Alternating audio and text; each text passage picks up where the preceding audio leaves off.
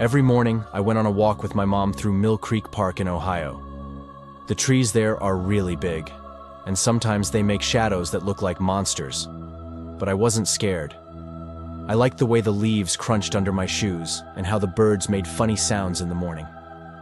The park was my favorite place until the day I saw him. It started one Tuesday morning. We were walking on the trail near Lanterman's Mill, where the trees are thick and tall. Mom was a little ahead of me, and I was pretending to be a squirrel, hopping over roots and rocks. That's when I saw something move. Just a little flicker, like a person darting behind a tree. I looked again, but there was nothing. Maybe it was a deer, or a raccoon. That's what I told myself. But the next day, it happened again. We were near the old stone bridge when I saw the shadow again, closer this time. It was fast, like zoom, and then gone. I stopped and stared into the woods. "Emily, come on," Mom called, smiling. I ran to catch up, but my tummy felt weird. Something wasn't right. The third morning, I told Mom I thought I saw someone. She laughed a little. "Probably just another walker, sweetie." But this wasn't like any walker. This person hid. This person watched. That day, I saw him clearly. It was early and the sun had just started peeking through the trees. Everything was quiet, too quiet. Even the birds were gone. Then I turned the corner, and he was there, a man, standing by a tree, not moving. He was wearing a black coat and a ski mask over his face, just standing, just watching. He didn't blink. He didn't say a word. He just stared at me. I couldn't scream, I couldn't breathe. Then I heard Mom's voice again calling, "Emily, where are you?" And that broke the spell. I ran. I didn't look back. I ran as fast as I could, my heart going boom, boom, boom in my chest. I ran past the rocks, past the mill, until I saw Mom. "There's a man," I cried. "He's in the trees. He's wearing a mask." She looked confused, then scared. She held my hand tight, and we left the park. We never walked that trail again. Later that night, Mom talked to our neighbor, Mr. Turner. He's lived near the park for years. When he heard my story, his face went pale. "You saw him too?" he whispered. My eyes got big. "You've seen him?" He nodded slowly. "Lots of folks have. Always early in the morning, always hiding. No one knows who he is, and no one's ever caught him." I felt a shiver crawl up my back. Mom made me hot cocoa and said I was safe. But I didn't feel safe. Because he's still out there, watching, waiting, somewhere in the trees. And every time I hear the wind whistle through the leaves, I wonder if he's following someone else now. Every evening after school, my dad and I would go jogging together in Central Park. We always took the same path, right past the big lake, under the stone bridge, and through the trees near the playground. I didn't like the part with the trees very much. It got dark fast, and the trees made weird creaky sounds like the park was talking. Dad said it was just the wind, but I wasn't so sure. One evening we were jogging a little later than usual. The sun was almost gone, and the shadows were really long. "Come on, Charles," Dad called ahead, jogging faster. I tried to catch up, but something made me slow down. That's when I saw her. An old woman stepped out from behind a tree. Her hair was gray and messy, and her eyes were big and strange. She was wearing a long black coat, even though it wasn't cold. She stood right in the middle of the path. I had to stop. Then, in a scratchy voice, she looked right at me and asked, "Why are you running?" My mouth got dry. I didn't know what to say. Before I could even blink, she said something even scarier. "You won't get away." Then she turned around, slowly, and walked into the woods. But she didn't walk like a normal person. Her feet didn't make any sound. She just sort of slid between the trees. I ran as fast as I could. "Dad! Dad!" I screamed. Dad was already coming back for me. "Charles, what's wrong?" "I saw a lady. She said I won't get away." Dad looked around. "What lady?" "She went into the woods." I pointed with a shaking hand. He walked toward the trees and looked around. "There's no one here, buddy. You probably just saw a shadow." "No," I cried. "She talked to me. She said something scary." But no matter how much I explained, Dad didn't see anyone. He checked his phone and told me, "Let's go home." I held his hand the whole way back.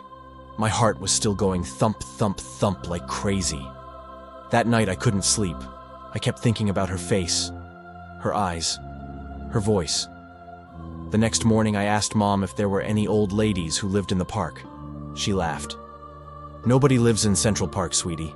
Why?" I didn't tell her everything. I just said I saw something weird, but I needed to know more. So the next day, after school, I went with Dad again. But this time, I watched the trees very carefully. I didn't run ahead. I didn't even blink much. We passed the lake. We passed the bridge. And then, we reached the trees. I looked all around. Nothing. I was starting to think maybe I made it up. And then, I saw her again. Standing far back in the woods, just standing there, not moving. Her eyes were still on me. I tugged on Dad's shirt. "She's there. I see her." He looked. "Where?" "In the trees. Look." But when he looked, she was gone. Just gone. He knelt down and looked into my eyes. "Charles, I believe you're scared, but I think your imagination is playing tricks." But it wasn't, because I heard her voice one last time, whispering through the wind. "You won't get away." I screamed and pulled Dad's hand. "Let's go." We never jogged that trail again. Later, I asked a park guard if anyone had ever seen an old woman near the trees at dusk. He looked at me, then at Dad, and then he said something I'll never forget. "People have said they've seen her before, but every time someone goes to look, she's gone. She never shows up on cameras. No one knows who she is." My stomach flipped. So now, every time I see the trees from far away, I wonder, is she still there? Is she waiting for me? Because she said I wouldn't get away. And maybe she was right. Hi, my name is Ken, and I live in a small neighborhood right outside Asheville, North Carolina. There are lots of trees, big fields, and twisty country roads. It's pretty here, but also kind of lonely. We don't have many neighbors, and if you don't have a car, it's hard to get anywhere. One afternoon when I was just 7, I was walking with my little sister Emma and our dog Moose. We were heading toward the front of our street, near the big road where cars go zooming by. It was quiet and calm, until we heard someone call out, "Hey, come here!" A big white car was parked right where the street starts. A man was sitting inside. He had curly yellow hair and a really big smile. He was waving for us to come closer. Emma started to walk toward him, but I grabbed her hand and said, "No, let's go home." The man kept waving, but we turned around. I looked back just once and saw something that made my tummy feel weird. He was still watching us. And then, he drove away. Fast. We told Mom, but she said, maybe he just needed directions. I didn't believe that. I had a bad feeling. 1 year later on Halloween, something even scarier happened. A black car was driving behind kids as they trick-or-treated. When a grown-up tried to stop it, the car zoomed at them and tried to run them over. Then it disappeared. People said the license plates were missing. I heard the grown-ups whispering, and I got another talk about, don't talk to strangers. 4 years passed. I was older now. One summer, our neighbors went on vacation and asked me to take care of their dog, Buddy. Their house was down the road or through a dark, twisty woods. I didn't like the woods much, so I used the road instead. One night, I was playing video games and forgot to go let Buddy out. When I remembered, it was really late and really dark. I grabbed a flashlight and ran to their house. Buddy was fine, but when I looked out the window, a black car was parked near the driveway. I didn't see it when I arrived. It hadn't made a sound, and nobody was supposed to be there. My heart started beating super fast. I didn't know what to do. Finally, I decided to run home through the woods. It was dark, but I made it back safe. For the rest of the week, I avoided the road. The black car never came back. But the scariest part? It happened just a few weeks ago.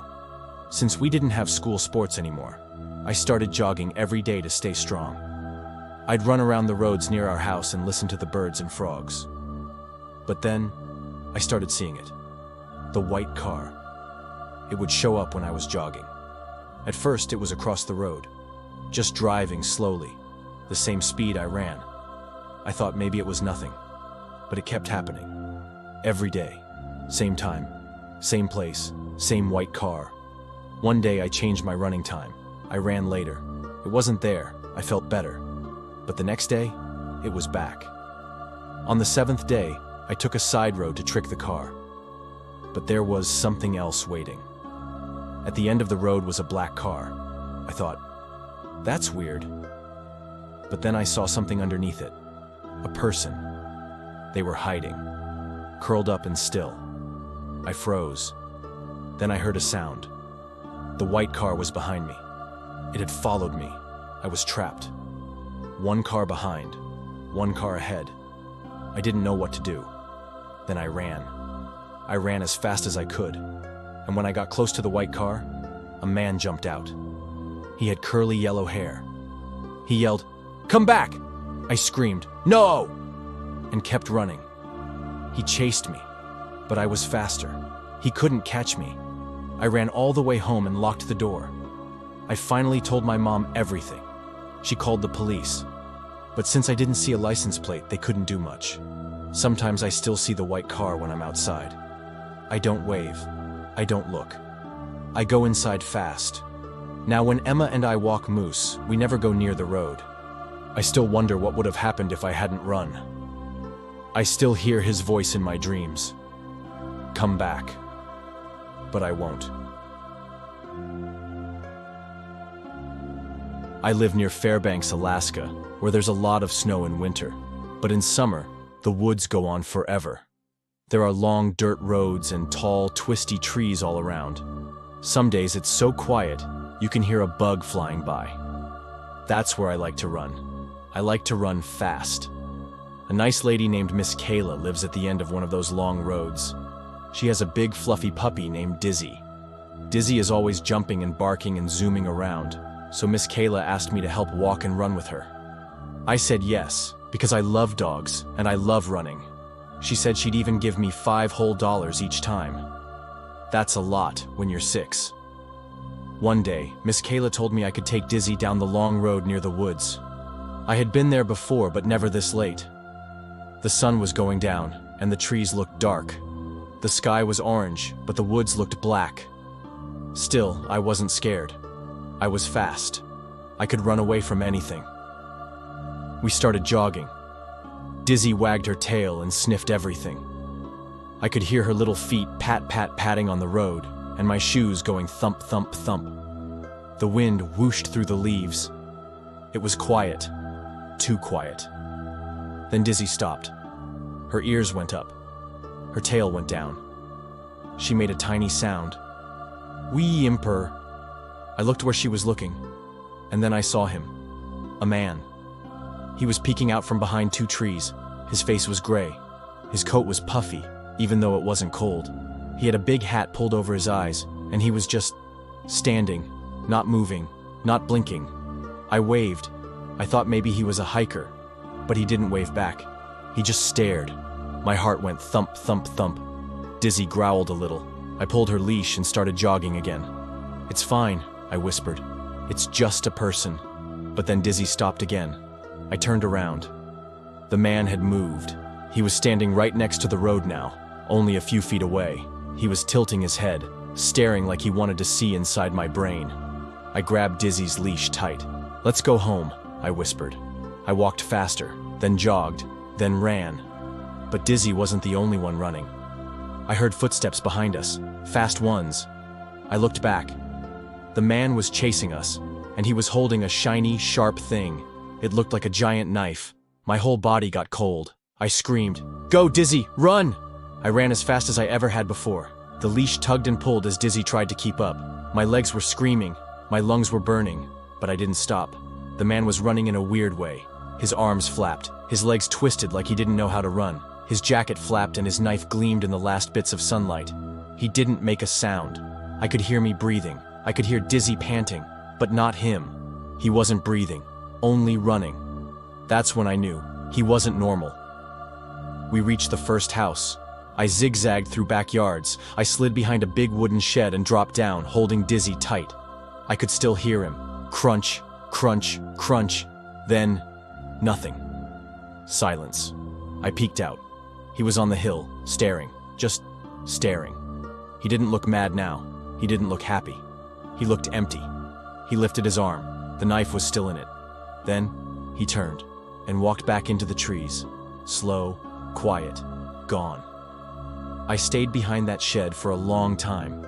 My knees were shaking, my hands were shaking, even Dizzy was shaking. When I finally got up, I took the longest way back to Miss Kayla's house. I stayed in the shadows. I didn't want the man to see me again. I got my $5 and didn't say a word.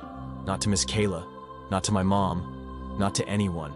Until now. Because maybe, just maybe, he's still out there, watching, waiting, ready to run again.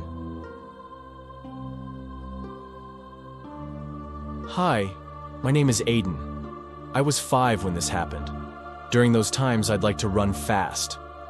I don't run very far, just around the blocks near my house in Anchorage, Alaska.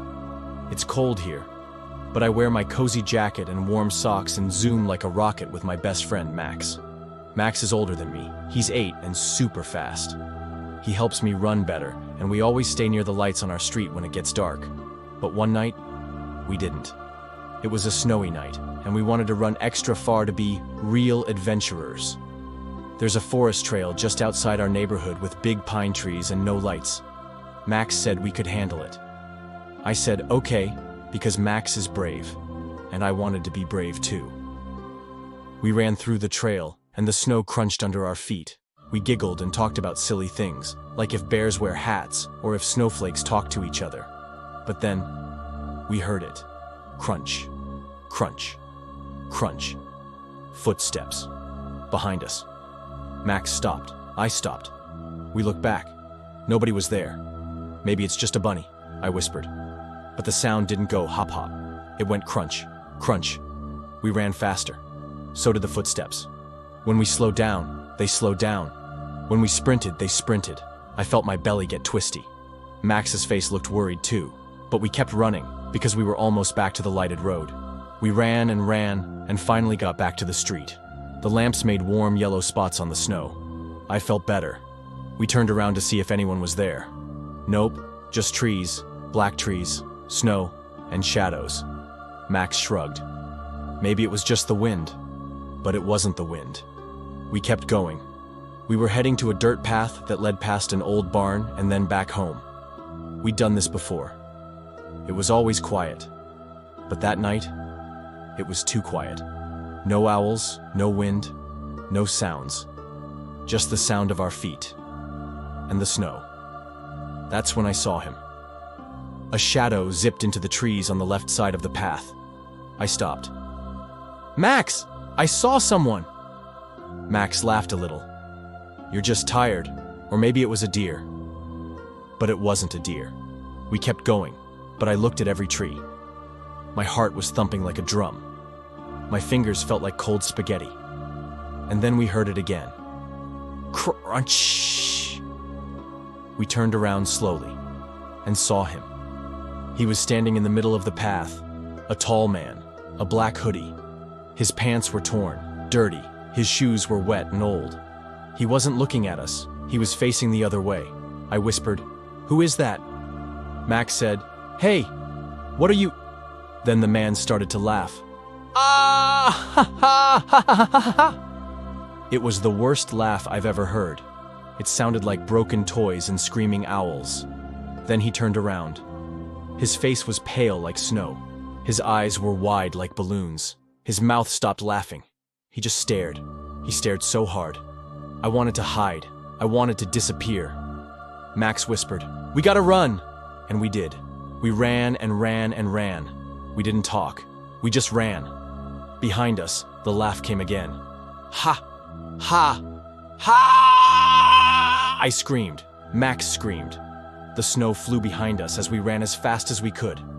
When we finally saw my house, I ran through the yard and burst through the back door.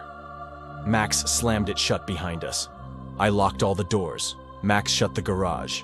Then I threw up. We sat on the floor, hugging our knees, listening. But there was only silence now. We never saw him again. But we never ran that trail again either. Sometimes, when I hear crunching outside my window at night, I wonder, is he back?